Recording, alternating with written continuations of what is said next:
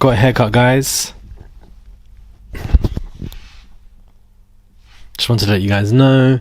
Anyway, let's get into this video, guys, because we have a lot of topics to discuss, because sources are saying that Beyonce and Kim Kardashian are on the phone to each other.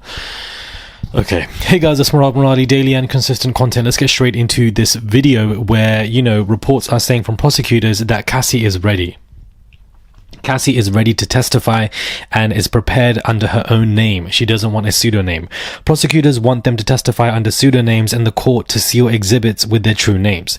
They also want the judge Arun to preclude Diddy's lawyers from eliciting personal identifying details of those witnesses. This case has already received an exceptional amount of media coverage, which will presumably only increase as trial proceeds, according to the motion. Permitting these measures will prevent unnecessary public disclosure of the victims' identities and the harassment from the media and others, undue embarrassment and other adverse consequences that would almost certainly follow if these women were forced to reveal their true names publicly at trial. Diddy's lawyers oppose anonymity and will file written opposition to the motion, which we've already discussed a couple of days ago. And similar arguments about anonymity are being litigated in some of the civil cases against Diddy as well. As we know, some of the cases where the judges have said if you don't refile with your first and second name, the case will be dismissed. Some of them have chosen not to, and therefore the cases get dropped. 3 of Arun's colleagues, the judge in the Southern District of New York, recently ruled that 4 people suing Diddy for SA must publicly identify themselves if they want their lawsuits to continue. Most of them, the Busby lawsuits. What I didn't know is that those judges are actually colleagues of Arun. Arun is the current judge over the criminal case, which is the main one that we're going to see go to trial. So that is interesting. So Cassie is basically stating that she is prepared to testify under her first name. And of course, the 3 other alleged victims, they want to stay anonymous. Now, it should be in their best interest to do what they want to do, but also is imperative to do justice and seek justice. And if that means come with their first and second name, that's what they should definitely do, because it will strengthen the tenacity of this case. If Arun's colleagues, the current judge on the criminal case, of his colleagues on other Busby cases, civil ones, are basically dismissing cases because these people are wanting to stay anonymous, there is a chance that these alleged victims who are coming forward and basically, in the criminal case wanting to stay anonymous could potentially be, removed, or be told that you must come with your identity or you will be removed. Cassie obviously is there, and I assume the others are Gina or perhaps Cassie's friend, and that these people want to keep their identity basically closed because this is going to be the biggest trial, and therefore their names are going to be all over the press. They don't want any of that information. However, given how these civil cases are going, it's probably best to come with your first and second name, criminal, civil, or separate. But upon this information, I had no idea that the judges on these civil cases are Arun's colleagues. They're Arun's mates. They all work together. They're in the same circle. So therefore, the civil and the criminal do have some kind of relation when it comes to the judges.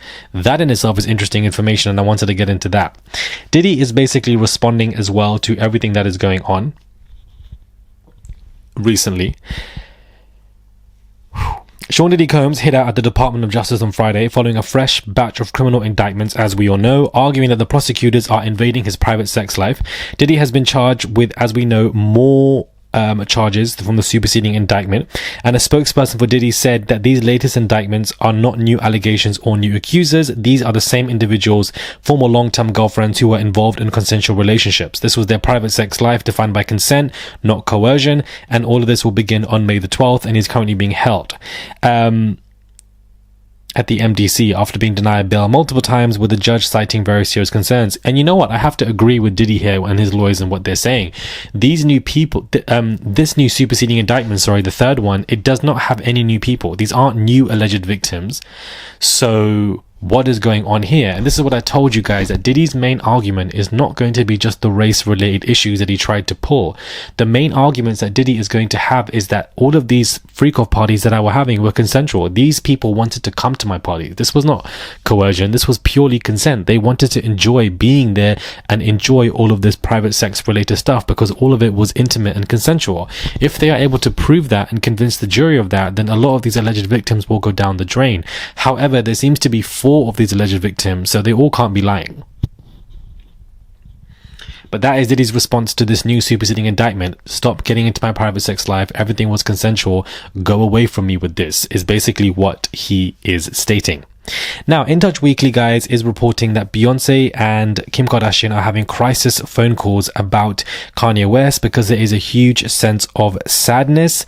Kim obviously can't control Kanye, but she feels absolutely terrible for what Kanye has stated about Beyonce's children, the two twins, Rumi and Sir, and therefore he crossed the line and she's horrified by it. Beyonce is just as horrified and they've both been going through it, adds the source.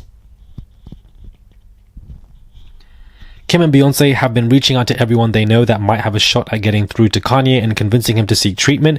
This is a huge crisis, and no matter how angry and disgusted they might be, there is still a sense of sadness that Kanye is on this path.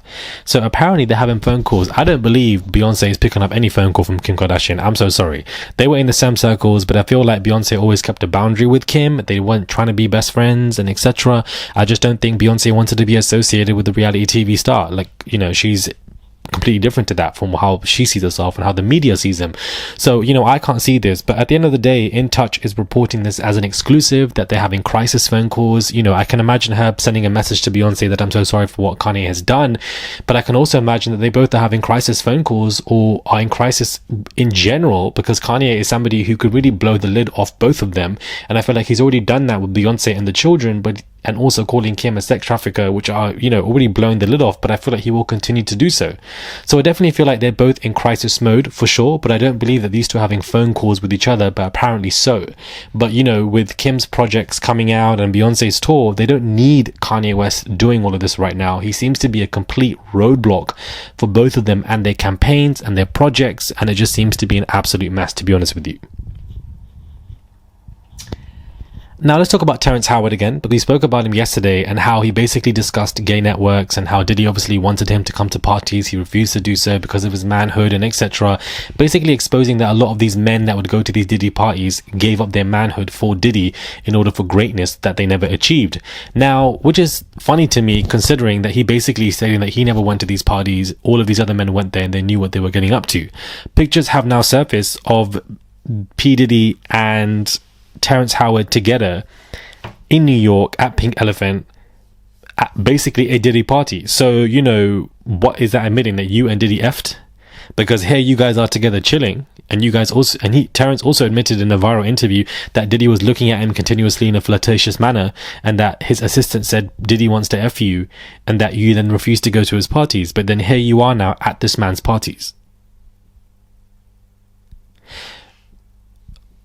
So if we just connect the dots on that, that basically means that Diddy F'd you. That's basically what this is given, because you're basically stating that you never went to XYZ, you know what goes on, and you respect your own manhood. But now there are pictures of surfacing of you and Diddy at parties, bro, and these are Diddy's parties, not just somebody else's. So what does that mean?